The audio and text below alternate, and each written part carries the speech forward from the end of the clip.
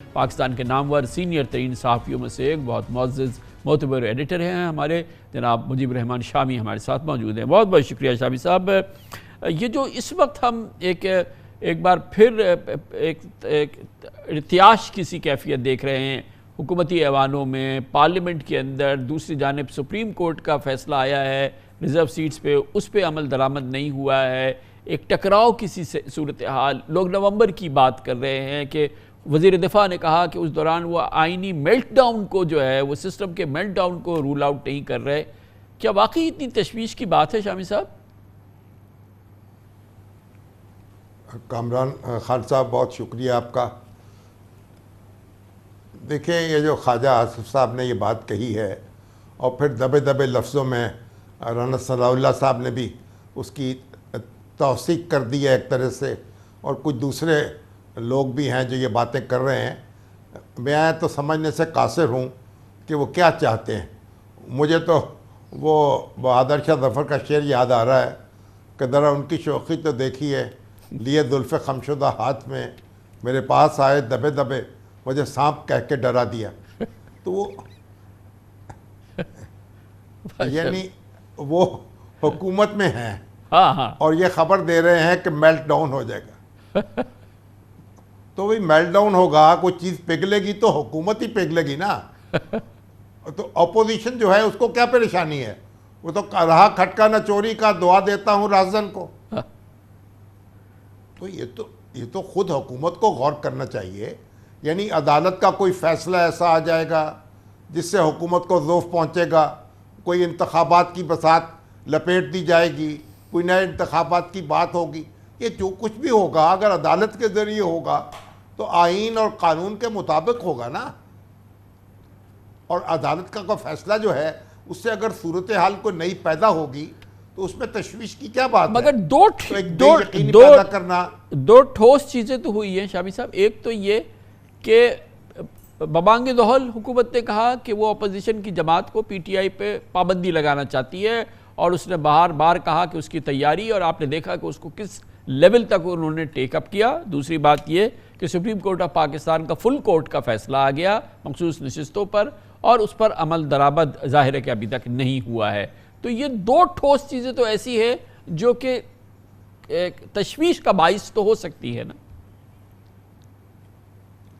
دیکھیں نا، اب حکومت کے معاملات آپ دیکھیں کہ ایک طرف تو وہ سپریم کورٹ کے فیصلے پر عمل درآمد نہیں کر پا رہی ابھی تک، اور اس میں نکتہ افرینی ہو رہی ہے، اور دوسری طرف سپریم کورٹ سے یہ توقع لگائی جا رہی ہے کہ وہ پی ٹی آئی کے خلاف جو ریفرنس حکومت دائر کرے گی اس میں سپریم کورٹ اس پہ انگوٹھا لگا دے گی اور کہے گی پی ٹی آئی جو ہے اس کو بالکل خلاف قانون قرار دے دیا جائے.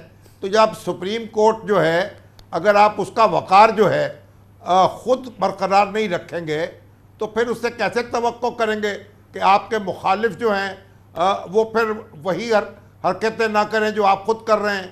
تو میرا خیال ہے حکومت کے جو وزراء ہیں وہ بعض میرا خیال اس عمر میں پہنچ چکے ہیں کہ کچھ تھوڑا سا لگتا ہے مجھے کہ کھسک گئے ہیں، کوئی نفسیاتی دباؤ میں ہیں.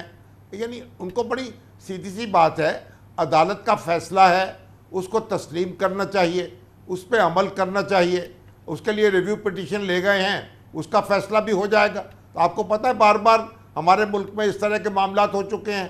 جب وہ الجہاد کیس کا فیصلہ آیا تھا تو اس وقت بے نظیر بھٹو وزیر اعظم تھیں اور غلغاری صاحب جو تھے صدر تھے، اور بے نظیر بھٹو بار بار کہتی تھی، کوشش کر رہی تھیں کہ اس فیصلے پہ عمل نہ کرنا پڑے.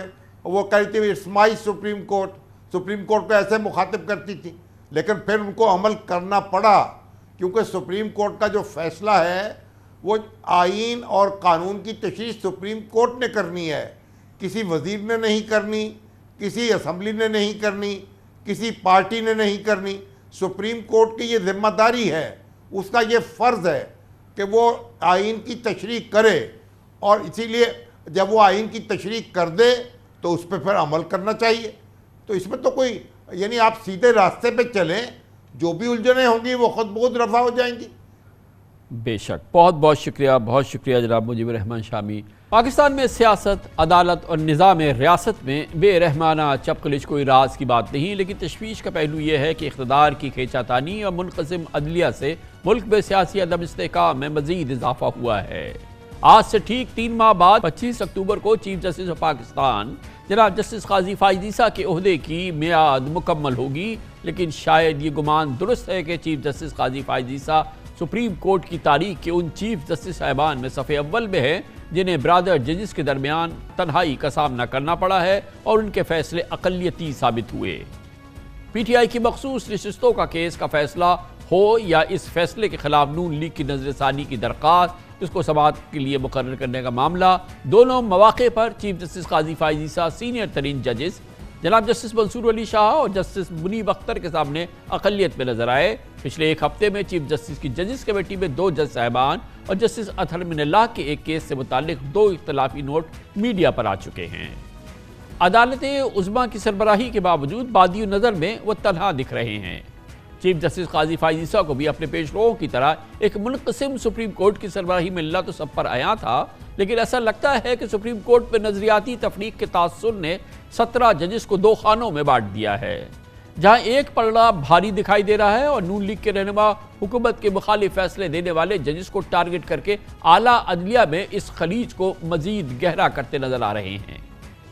ایک جانب عدلیہ میں خط تنسیق کا ناقابل عبور ہونا ہے اور بانی پی ٹی آئی جناب عمران خان نے بھی چیف جسٹس قاضی فائز عیسیٰ پر اب اپنے عدم اعتماد کا کھلا اظہار کر دیا ہے۔ دوسری جانب مخصوص نشستوں سے متعلق فل کورٹ کے فیصلے پر عمل درآمد سے شہباز حکومت اور الیکشن کمیشن بظاہر انکاری ہیں۔ قوت کے مراکز اور ریاستی سٹیک ہولڈرز کے ٹکراؤ سے پیدا ہونے والی مجموعی صورتحال ملک کی معیشت پر قیامت بن کر ٹوٹ رہی ہے، جس کے نتیجے میں مہنگائی، بے روزگاری، غربت، افلاس، جرائم سے ایک عام پاکستانی متاثر ہوا ہے۔ نئے بجٹ نے قوم کے چھکے چھڑا دیے ہیں، جس کو جا کر رشتہ برقرار رکھنا ایک امتحان بن گیا ہے۔ خاص طور پر بجلی کے بلوں نے عوام کی آمدن کا توازن تہس نہس کر دیا ہے۔ بدقسمتی کی بات یہ ہے کہ نون لیگی وزراء سنجیدگی کا مظاہرہ کرنے کے بجائے جلتی پر تیل کا کام کر رہے ہیں اور سیاسی بھوچال کی پیشگوئیاں کر رہے ہیں۔ ظاہر ہے جب نون لیگ کے وفاقی وزراء خود نومبر کے بعد نئے الیکشن کی افواہیں پھیلائیں گے، جمہوری تسلسل کی غیر یقینی اور آئینی میلٹ ڈاؤن کے چرچے کریں گے، تو ملک میں بے چینی نہیں پھیلے گی تو کیا ہوگا؟ ایسا ہی ہو رہا ہے۔ حالیہ دنوں میں ملک کی معیشت و کاروبار میں صرف اسٹاک مارکیٹ نے دوڑنا شروع کیا تھا، لیکن وفاقی وزراء کی باتوں نے پاکستان اسٹاک ایکسچینج میں بھی بریک لگا دیے ہیں۔ اس کاروباری ہفتے میں 3,810 پوائنٹس کی کمی سے انڈیکس 82,000 کی سطح سے نیچے آ کے 78,000 پوائنٹس پر آ چکا ہے اور مارکیٹ ایک ہفتے میں تقریباً 5% گر چکی ہے۔ آئی ایم ایف، عالمی ریٹنگ ایجنسیز، موڈیز، فچ، یہ سب سیاسی عدم استحکام کو ملکی معیشت کے لیے زہر قاتل قرار دے رہے ہیں۔